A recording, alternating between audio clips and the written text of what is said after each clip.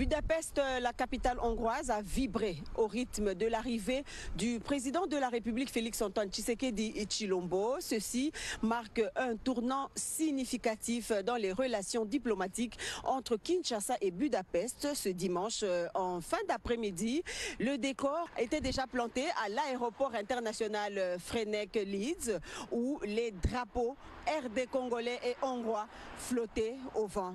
À sa descente d'avion, le président de la République Félix-Antoine Tshisekedi Tshilombo a été accueilli par le ministre hongrois de l'Agriculture et d'autres membres du gouvernement hongrois. Et côté congolais, il y avait la ministre d'État aux Affaires étrangères Thérèse Kayikwamba et le ministre de l'Agriculture. À côté, il y avait également la présence de l'envoyé spécial du chef de l'État, M. Loabea, et quelques membres du gouvernement présents ici à Budapest. Poignée de main, sourire de part et d'autre, signes éloquents marquant les débuts d'une collaboration ponctuée par des promesses d'avancées concrètes sur plusieurs dossiers. La première visite du président Félix-Antoine Tshisekedi Tshilombo en terre hongroise s'inscrit dans le cadre d'une série de rencontres visant à renforcer les liens économiques et culturels entre les deux nations. Les discussions devraient aborder des sujets cruciaux tels que l'économie, l'agriculture, les infrastructures. L'arrivée du président de la République ici à Budapest constitue un tournant prometteur pour les relations entre la République démocratique du Congo et la Hongrie. Alors que les discussions s'annoncent riches et variées, l'espoir d'une coopération renforcée entre les deux pays est palpable. Les regards se tournent désormais vers les résultats de cette première visite qui pourrait poser les bases d'un futur commun et plus solide. Depuis Budapest, Roger Dieye, Blandine Zovo. En RDC, Zéphirin Mboulou, ministre de l'Intérieur du Congo-Brazzaville, a été accueilli par le vice-premier ministre en charge de l'Intérieur, Jacquemain Chabani. Ce premier est venu prendre part à la 9e session de la commission technique mixte en matière de frontières entre Kinshasa et Brazzaville. Au menu, la gestion commune des frontières entre les deux pays. Le récit de Bobo Monkonzi. Décentralisation et affaires coutumières. Excellence, le détachement d'honneur est rangé pour vous accueillir et vous rendre les honneurs à l'occasion de l'arrivée de son Excellence, Monsieur le ministre de l'Intérieur de la République du Congo. Je vous invite à passer le détachement en revue. Les commandants de détachement, les commissaires supérieurs adjoints, Pombo, Mandala, Pépé. Tout honneur dû à son rang. Au Bichingo Bila, les vice-premiers ministres, ministre de l'Intérieur, Sécurité, Décentralisation et Affaires coutumières, y est allé pour accueillir les patrons de la territoriale de la République du Congo. Zéphirin Mboulou, hôte du vice-premier ministre, ministre de l'Intérieur et Sécurité, Jacquemain Chabani Lukuo, est venu participer à la 9e commission technique mixte en matière de frontières entre la République démocratique du Congo et celle du Congo-Brazzaville. Ces travaux de Kinshasa vont permettre aux experts de ces deux pays d'harmoniser leurs vues sur la gestion commune des frontières de ces deux pays. Au-delà de la chaude poignée de main fraternelle, Jacquemain Chabani montre en sourdine son intérêt aux questions liées à la défense de l'intégrité territoriale. La visite de travail du ministre de l'Intérieur du Congo-Brazzaville intervient après la première session de la commission technique mixte RDC-Soudan du Sud. Ces travaux ont abouti à l'adoption d'un projet de protocole d'accord pour la démarcation de la frontière longue de 787 km entre les deux pays.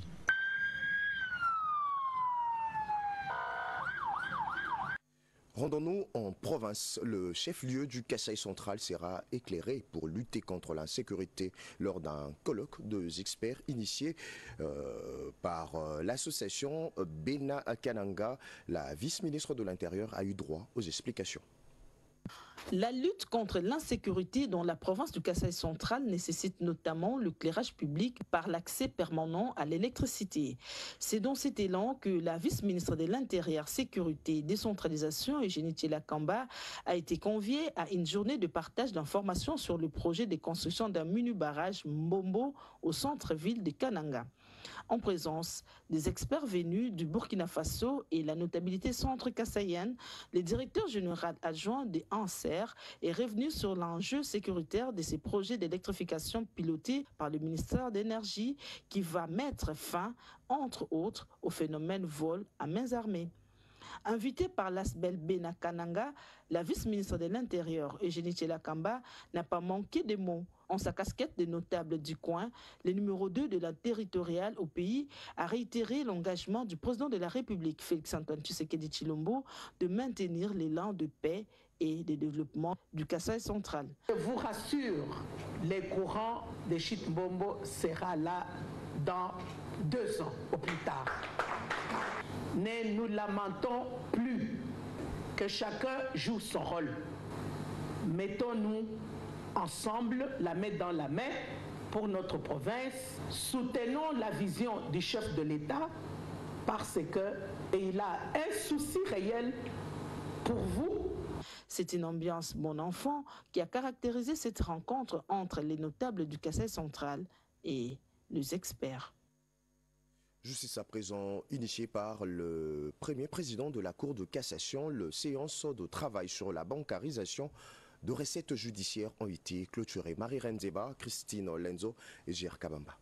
Poursuivant une série de réunions qu'il a initiées dans le cadre de la mobilisation des recettes, des cours, tribunaux et des parquets, le premier président de la Cour de cassation, le professeur Ndomba Kabea Eliléon, a présidé une importante séance de travail dans la grande salle Marcel Liaou de cette haute cour. C'était à l'intention de tous les intervenants dans cette chaîne des recettes d'entrée de jeu. La troisième personnalité du Conseil supérieur de la magistrature a fixé les participants sur l'entendement à donner à l'expression recettes judiciaires, distinguant ainsi les recettes des institutions judiciaires de celles du ministère de la Justice. De leur côté, les délégués du ministère du Budget et ceux de la DGRAC ont clarifié ces concepts afin d'éviter toute confusion, adhérant par ailleurs à la vision du président de la République, chef de l'État et magistrat suprême, Félix-Antoine Tshisekedi Tshilombo, celle de promouvoir la CADECO qui se trouve être jusqu'alors la seule institution financière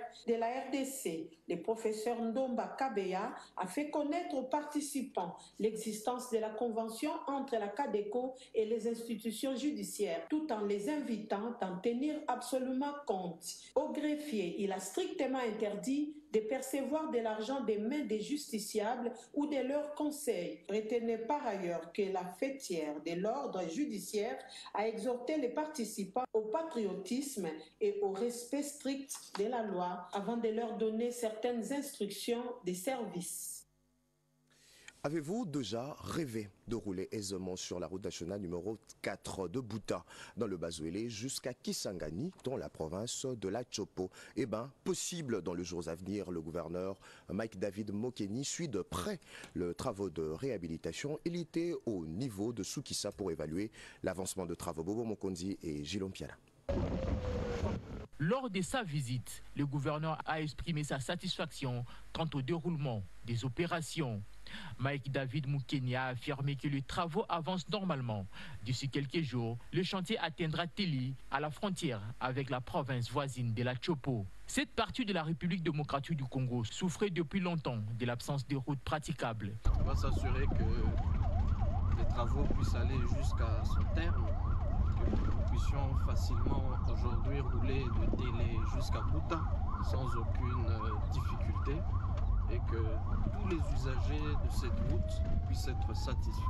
Voyager en véhicule ou en moto relevait d'un véritable cauchemar pour les habitants de ces coins du pays, confrontés à des conditions de circulation extrêmement difficiles. Hier encore, le gouverneur Mokeni empruntait ses voies dégradées en moto, mais aujourd'hui, il peut circuler en véhicule sur cette route en pleine transformation. La population locale s'est réjouie énormément de ces avancées, voyant dans ces travaux une amélioration considérable dans leur quotidien. Nous disons merci au gouverneur d'avoir pensé à nous. Avant, on souffrait terrible. J'ai vu le travail du gouverneur Mokeni. Il est excellent. Merci. Connu par sa proximité avec ses administrés, le gouverneur Mike David Mokeni affirmait qu'il ne restera jamais enfermé dans son bureau tant que les routes de son entité ne seront pas en bon état. Il soutient fermement la vision du président de la République, Félix-Antoine Tshisekedi Tshilombo, résumé dans les slogans « Le peuple d'abord ». Toujours en province de la RDC, ils vont enfin conjuguer au passé leur calvaire. Les habitants de Luila, qui éprouvaient d'énormes difficultés pour atteindre le centre-ville de Kolwezi, vont rouler sur une route Mpala moderne. C'est une histoire de Ricardo Bambeka.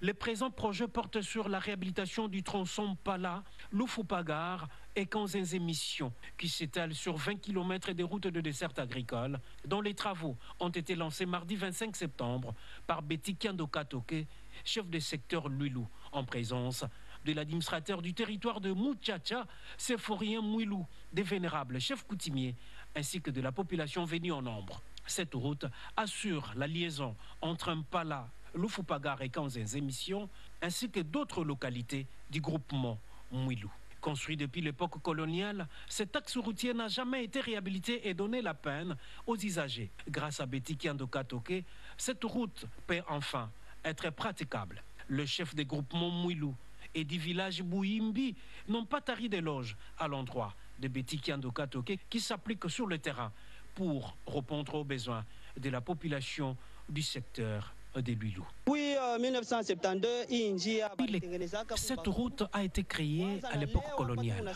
En 1972, nous avons connu la toute première réhabilitation. Depuis jusqu'à présent, cette route n'a jamais été réhabilitée et nous éprouvons d'énormes difficultés pour faire évacuer nos produits champêtres. Nous disons merci à la chef des secteurs de Luilou.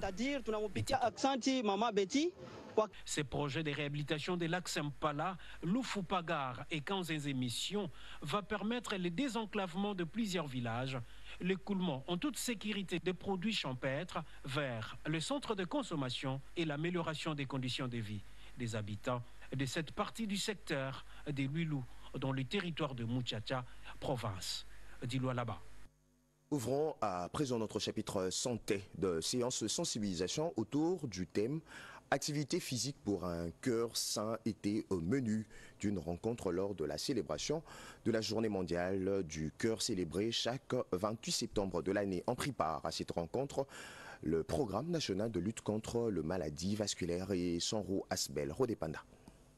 Tout a tourné autour du cœur, avec comme thème l'activité physique pour un cœur sain. Les scientifiques et experts sanitaires se sont retrouvés sur initiative de la Ligue congolaise contre l'hypertension artérielle en collaboration avec le programme national des maladies cardiovasculaires et l'Université de Kinshasa avec l'appui technique de Sanofi dans le cadre de la première édition de la Semaine du cœur organisé du 23 au 29 septembre 2024, symposium consacré à des séances de réflexion et de sensibilisation sur les maladies du cœur.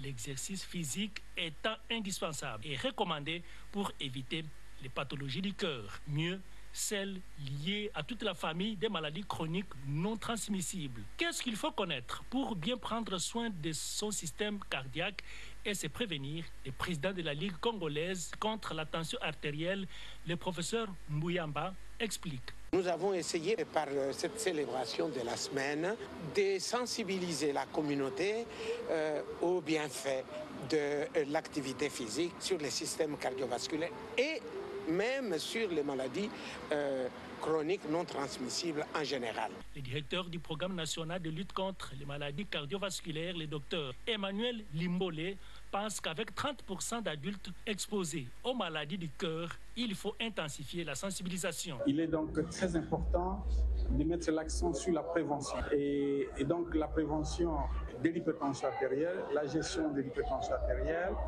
permet de mieux gérer les complications de l'hypertension artérielle, parmi lesquelles les plus fréquentes, c'est l'accident vasculaire cérébral, l'AVC, et l'insuffisance cardiaque. Pour le professeur Dr Bouila, il faut bien écouter son cœur et son corps et en cas d'une crise, savoir secourir.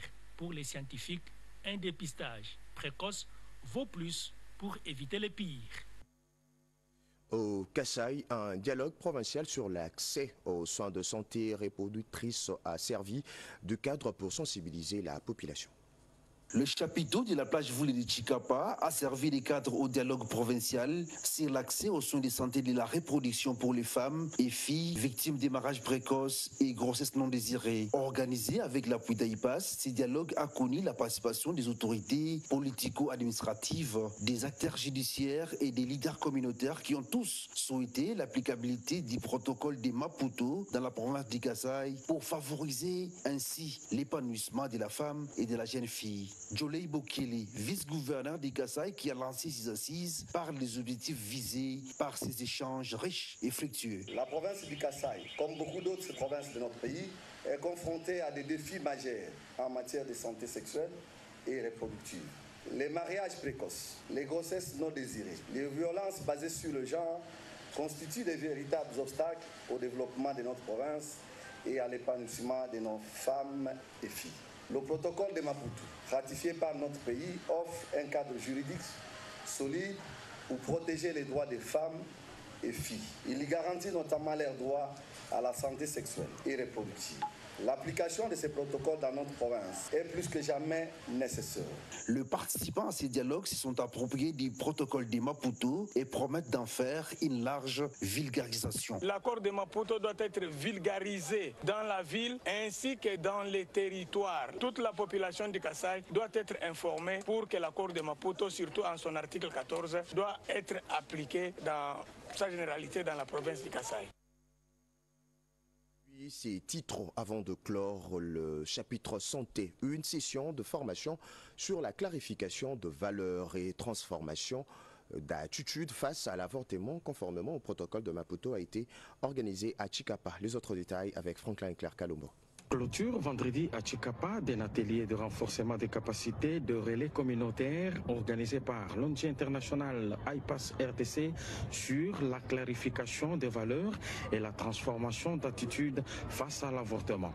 Il était question d'outiller le relais communautaire parce qu'il joue un rôle crucial dans la sensibilisation et comme vous le savez, les relais communautaires sont des acteurs de confiance. Ils sont enracinés dans leur communauté, ce qui facilite l'accès à l'information et réduit les barrières culturelles et sociales grâce à leur proximité. Maintenant, cette population peut être rassurée parce que les relais communautaires ont assez d'informations, autant sur les conditions de forme et de fond pour qu'une grossesse puisse être éligible à un avortement sécurisé, mais aussi sur les structures ou les lieux où doivent se réaliser ces avortements sécurisés. Cette formation tombe à point nommé dans la ville de Chikapa où l'on enregistre par ces temps qui passent beaucoup de cas d'avortement non sécurisés, note le participant à l'issue de cet atelier.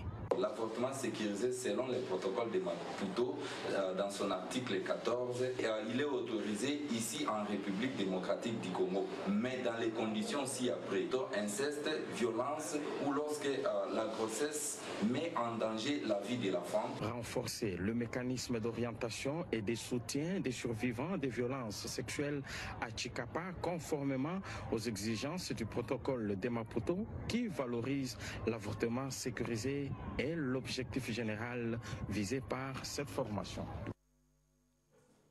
Madame, messieurs, ces images vous disent tout, oui tout, sur la réalisation du gouverneur de Lomami, Van Kalombo, place désormais le curseur vers le développement de la dite province de la RDC.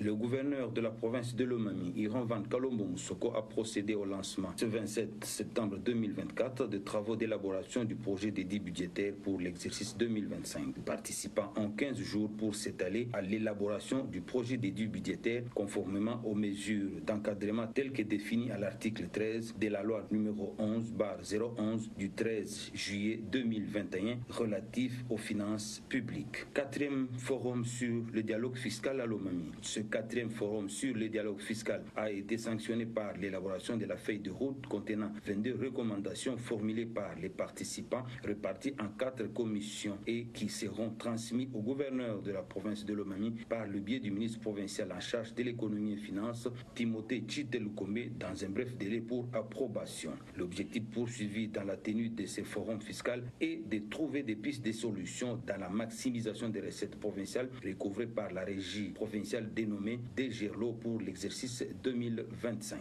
La délégation du ministère national de la Justice et garde de Sceaux venue de Kinshasa séjourne à Cabinda, chef-lieu de la province de Lomami, depuis vendredi 27 septembre 2024. Conduite auprès du gouverneur de province Iron Van Kalombo par le conseiller Symphorien Poi, cette délégation est dans cette partie de la RDC pour mener les études de faisabilité sur la réhabilitation de la prison centrale de Ludimbi. Cette étude va porter aussi sur la construction des palais de justice et quelques bureaux pouvant abriter des services judiciaires dans la province de Lomami. Posons-nous à présent ces questions. Pourquoi pas un dictionnaire en langue des signes? Pourquoi pas employer de sourds dans des institutions? Deux questions inscrites sous forme de recommandations lors de la clôture des activités de la Semaine internationale de sourds présidée par la ministre déléguée en charge de personnes avec handicap, Betty Amani. Les activités de la Semaine internationale des sourds pour l'année 2024 ont débouché à 4 recommandations prioritaires en rapport avec la promotion de la langue des signes congolais, la vulgarisation du dictionnaire en langue des signes et l'employabilité de personnes sourdes dans les institutions pour leur inclusion sociale. Nous avons demandé au gouvernement d'accepter la langue des signes comme une 5e langue nationale. L'État a ses devoirs de soutenir, de promouvoir la formation de la langue des signes et son expansion. Nous proposons au gouvernement de promouvoir l'éducation des personnes sourdes. L'État doit aussi penser à octroyer des crédits bancaires pour l'entrepreneuriat des personnes sourdes. Au regard de leur double vulnérabilité, les femmes sourdes plaident pour leur formation et accès à l'emploi. Nous souffrons beaucoup, nous les femmes sourdes, la plupart ne savent pas lire. Nous demandons à l'État de pouvoir appuyer, lutter contre la pauvreté et le chômage des femmes sourdes. La ministre déléguée en charge des personnes vivant avec handicap et autres personnes vulnérables, Irène Sambo-Diatta, a appelé les sourds à l'unité, à la cohésion et à la solidarité, tout en leur promettant de porter ces recommandations au Conseil de ministres comme un point d'information. L'assistance a eu droit à une scénette sur l'importance de la langue des signes en famille et dans les institutions. Cette cérémonie de clôture a été précédée de travaux de la table ronde et une journée porte ouverte à la première école de l'enseignement spécial de sourds-muets à Kimbangu dans la commune de Kalamu. Et puis, ces titres avant de prendre la revue de presse de Jean-Pierre Ndolo Demazo. Ici est tenu à Kinshasa une formation sur le syndicalisme, l'éthique et le changement de mentalité de l'agent public et le rôle de la caisse de sécurité sociale. Rodépanda. Des centaines de membres des comités de base de plus de 50 administrations publiques du syndicat national des techniciens en développement rural et travailleurs du Congo, SINATEDERCO, ont envahi ce vendredi la salle Fatima à Gombe. Cette assemblée a porté sur le syndicalisme, l'éthique et les changements de mentalité de l'agent public et le rôle de la Caisse nationale de sécurité de l'agent public. Président Bienvenu Moulenda revient sur cette formation. Nous sommes là avec les comités de base de plus de 50 administrations. Nous les avons réunis, nous nous sommes dit qu'il était essayant que nous puissions nous retrouver dans l'Assemblée générale, qui pour nous, c'est notre manière à nous de consacrer l'unité. C'est notre manière à nous de nous dire nous sommes prêts à toutes les éventualités. Le SINATEDERCO est là, prêt aussi. Sur tout point de vue, prêt. Il faut consolider les nôtres, il faut les outiller davantage. Qu'ils connaissent qu'est-ce qu'un syndicaliste, qu'est-ce qu'il est appelé à faire, qu'est-ce qu'il est appelé à ne pas faire. Qu'ils aient au moins, ne fût-ce que certaines valeurs.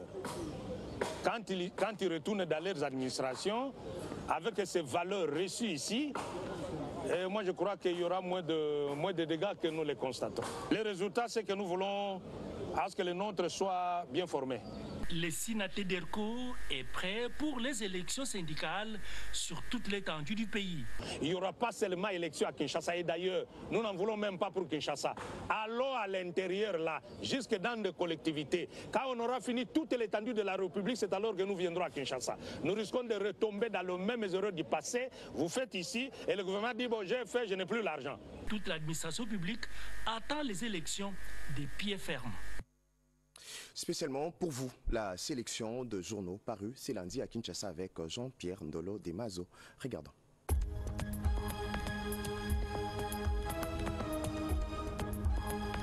Bonjour, mesdames.